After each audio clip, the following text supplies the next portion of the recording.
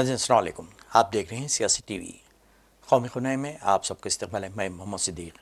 سب سے پہلے سرخیوں پہ ایک نظر ڈالتے ہیں۔ مودی نے آر ایس ایس کی 7 سالہ تقاریب کے موقع پر ڈاک ٹکٹ اور سکہ جاری کیا۔ دراندازی اور آبادیاتی تبدیلی سے کیا خبردار۔ آر ایس ایس نے انگریزوں کی مخبری کے علاوہ گزشتہ 100 سال میں ایسا کچھ نہیں کیا جس سے ملک کو فائدہ پہنچا ہو۔ کانگریس کا رد عمل۔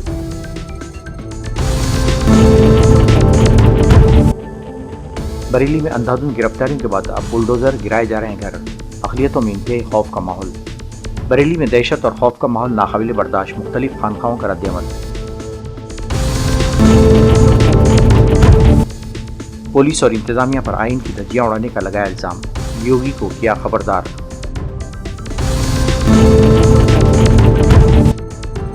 اگر بی جے پی کو حکومت میں شامل کرنا ہے تو میرا استعفیٰ قبول کر لیں، عمر عبداللہ کا دو ٹوک جواب۔ کہا ہم کسی بھی حال بی جے پی کے ساتھ سمجھوتا نہیں کر سکتے۔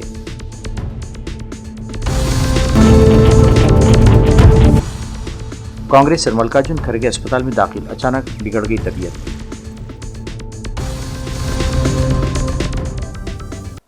نہیں تھی سرخیاں، اب خبروں کی تفصیل پیش ہے۔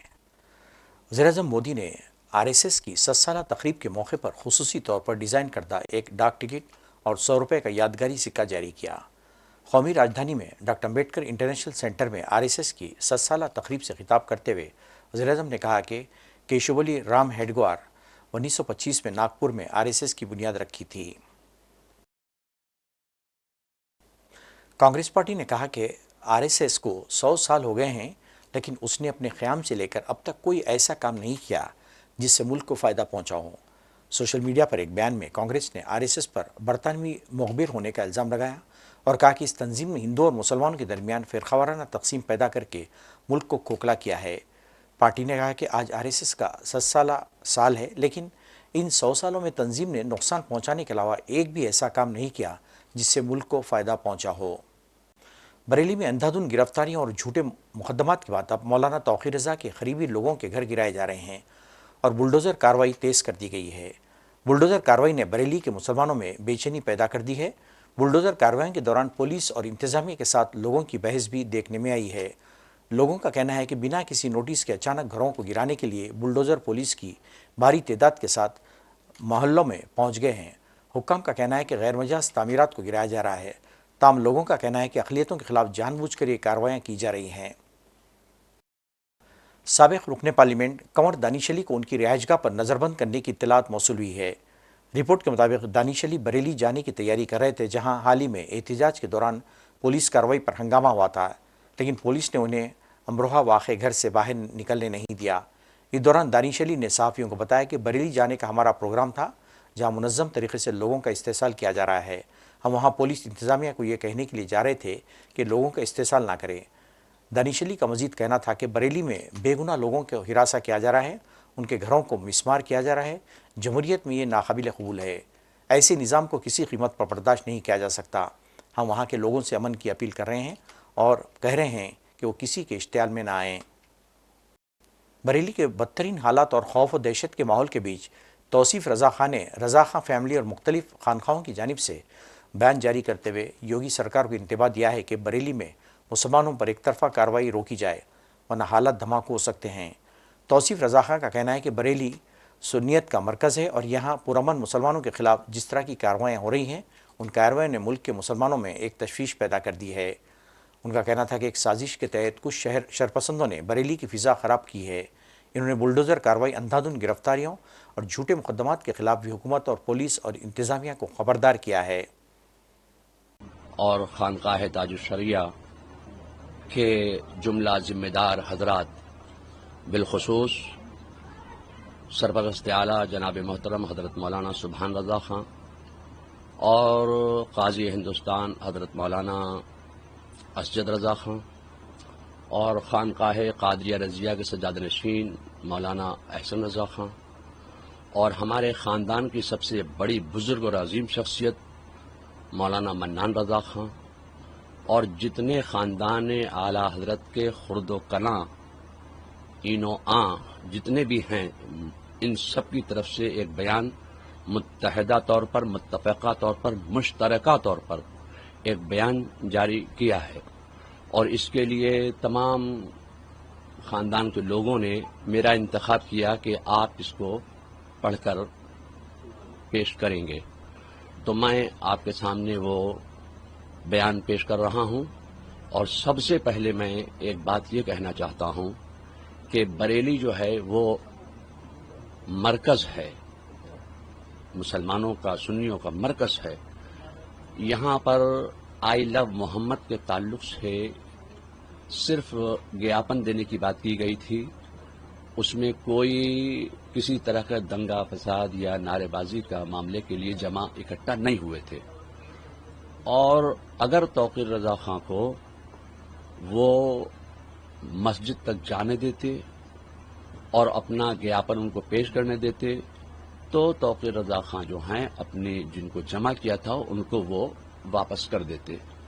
ان کو پہلے ہی حراست میں لے لیا گیا، مسجد تک پہنچنے نہیں دیا گیا، ان کو نماز بھی پڑھنے نہیں دی گئی۔ اس کے بعد جو لاٹھی چارج ہوا اس سے کچھ حالات خراب ہوئے، اس لیے خاندان کے تمام افراد کی طرف سے متفقہ جو فیصلہ ہے، جو بیان ہے، وہ یہ ہے کہ بریلی شریف میں مسلمانوں کو مسلمان ہونے کی کلیکٹو پنشمنٹ یعنی ساموہک سزا دی جا رہی ہے۔ پولیس رسی کا سانپ بنا رہی ہے، بے گناہ مسلمانوں پر تمنچے، پیٹرول بم اور تیزاب کی بوتلوں سے حملے کا جھوٹا الزام لگا رہی ہے۔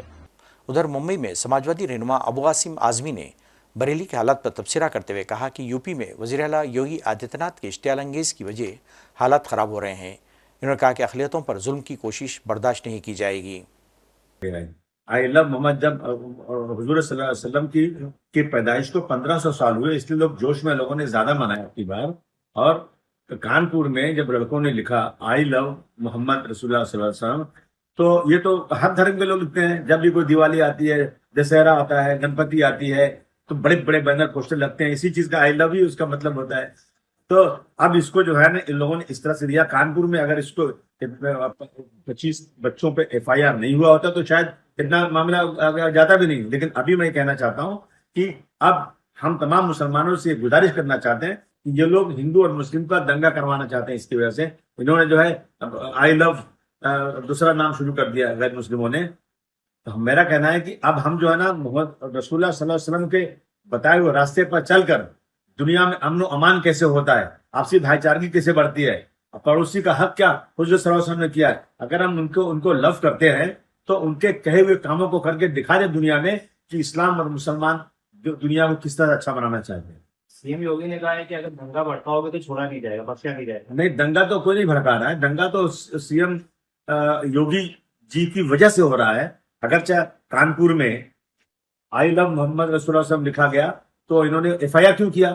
کیا دوسرے غیر مسلم دوسرے لوگ اپنا نہیں لکھتے کیا؟ اپنے ایشور کے بارے میں، بھگوان کے بارے میں، دیوی دیوتاؤں کے بارے میں لکھتے ہی ہے۔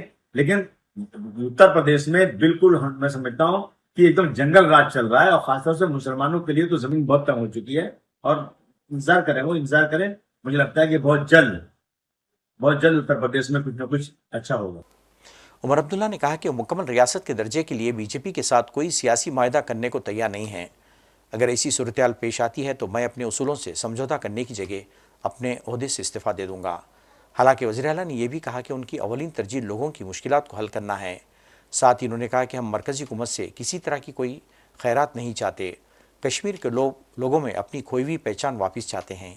تاہم انہوں نے کہا کہ کشمیر کو جلد از جلد مکمل ریاست کا درجہ دلانے کے لیے وہ BJP کے ساتھ اتحاد کرنے کی جگہ استعفیٰ دینا پسند کریں گے۔ لوگوں سے وعدہ کیا